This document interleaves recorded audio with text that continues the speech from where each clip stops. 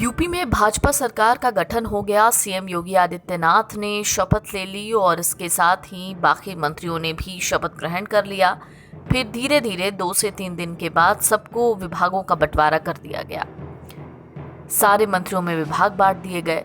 विभाग का बंटवारा तो हो गया, लेकिन सबसे ज्यादा चौंकाने वाली बात ये रही कि योगी 2.0 में जितिन प्रसाद को अहम जिम्मेदारी मिली। ईश्वर की शपथ लेता हूं कि मैं विधि द्वारा स्थापित भारत के संविधान के प्रति सच्ची श्रद्धा। आपको बता दें, योगी 1.0 सरकार में केशव प्रसाद मौर्य को लोक निर्माण विभाग यानी PWD दिया गया था, लेकिन इस बार उनसे ये विभाग ले लिया गया और ये विभाग दिया गया जितिन प्रसाद को। योगी 2.0 में केशव प्रसाद को भले ही डिप्टी सीएम बना दिया गया हो और उनसे PWD विभाग ले लिया गया हो और जितिन प्रसाद को ये विभाग दे दिया गया हो, तो सवाल ये उठता है कि इसके राजनीतिक मायने क्या हैं? क्यों जितिन प्रसाद को योगी मंत्रिमंडल में अहम जगह मिली है? इसका मतलब साफ है कि जितिन प्रसाद को आगे भी अहम जिम्मेदारियां दी जाएंगी। ब्राह्मण चेहरा है जितिन प्रसाद, जिसके नाते PWD की जिम्मेदारी इन्हें दी गई है। 2017 में केशव प्रसाद मौर्य को PWD की जिम्मेदारी दी गई थी, लेकिन इस बार उनसे ये जिम्मेदारी छीन ली गई। लेकिन क्यों? आपको बता दें कि जितिन प्रसाद कांग्रेस पार्टी में बहुत लंबे समय से टिके थे। साथ ही जितिन को राहुल गांधी का सबसे करीबी भी माना गया था। बावजूद इसके जितिन प्रसाद ने 9 जून 2021 को कांग्रेस को अलविदा कह दिया और छोड़ दिया राहुल गांधी का साथ और थाम लिया भाजपा का दामन।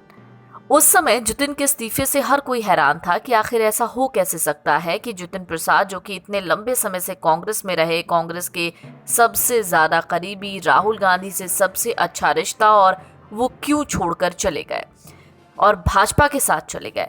राहुल के इतने करीबी होने के बाद भी उन्होंने कांग्रेस से इस्तीफा क्यों दिया? दरअसल योगी 1.0 सरकार में जितिन को प्राविधिक शिक्षा विभाग का प्रभार दिया गया था। योगी सरकार ने अब उनका कद बढ़ाते हुए उनको PWD का प्रभार दिया। दरअसल PWD विभाग ज्यादातर राज्य सरकार में नंबर 2 की हैसियत रखने वाले नेताओं के पास ही रहा है। केशव से पहले सपा सरकार में शिवपाल यादव और बसपा सरकार में नसीमुद्दीन सिद्दीकी PWD मंत्री हुआ करते थे और अब जितिन प्रसाद को ये जिम्मा मिला है। PWD विभाग हमेशा चर्चित रहा। पिछली योगी सरकार में ये विभाग केशव प्रसाद मौर्य के पास था। तब टेंडर प्रक्रिया को पारदर्शी करने के लिए तमाम प्रक्रियाएं अपनाई गईं। दरअसल जितिन प्रसाद को PWD की जिम्मेदारी उनके केंद्रीय राजनीति के अनुभव के आधार पर दी गई है। कांग्रेस शासित केंद्र सरकार में जितिन प्रसाद भूतल परिवहन मंत्री थे, जिसके चलते माना जा रहा है कि उनके अनुभव को देखते हुए योगी सरकार 2.0 में PWD भारी भरकम विभाग की जिम्मेदारी इन्हें सौंपी गई है। बीजेपी में जैसे ही उन्होंने एंट्री मारी थी तो उन्हें प्राविधिक शिक्षा मंत्री बनाया गया था, लेकिन इस बार उनके अनुभव के हिसाब से उनको एक काम सौंपा गया है। PWD विभाग जितिन को देना भविष्य के लिए एक बहुत बड़ा संदेश है, जिसे राजनीतिक समझ के लोग बखूबी समझ रहे हैं। जितिन प्रसाद को यह जिम्मेदारी इसलिए भी दी गई है कि वो एक क्लीन छवि के नेता माने जाते हैं और अभी बेहद युवा हैं। ऐसे में बीजेपी उनमें अपना भविष्य देख रही है। साथ ही कांग्रेस सहित दूसरे दलों के असंतुष्ट नेताओं को भी एक बड़ा संदेश दिया है। यही वजह है कि जितिन प्रसाद कैबिनेट में रखे गए हैं और उन्हें केशव प्रसाद मौर्य के पास रहे विभाग को दिया गया है। ये तो रही जितिन प्रसाद की बात। एक और खास बात यह कि कांग्रेस या दूसरी पार्टियों से आए नेताओं को भी नई सरकार में बेहद तवज्जो मिल रही है।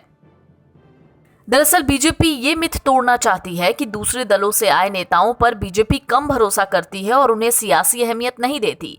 इस तरह से जितिन प्रसाद हों, ब्रजेश पाठक हों या कोई और, उनको एक बड़ी जिम्मेदारी सौंपकर ये इशारा देने की कोशिश की गई है कि जो भी बीजेपी की तरफ आते हैं उन्हें पछताना नहीं पड़ेगा।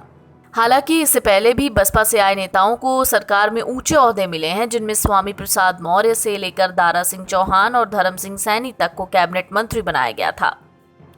ज्योतिरादित्य सिंधिया का भी नाम इसमें है। और अगर एक बार फिर से जितिन प्रसाद की बात की जाए तो जितिन प्रसाद बीजेपी में उस वक्त आए थे जब ब्राह्मणों के मुद्दे पर पार्टी और योगी सरकार घिरी हुई थी। जितिन प्रसाद ने उस वक्त कांग्रेस से इस्तीफा दिया था और सबको चौंका दिया था। NBT ऑनलाइन की रिपोर्ट।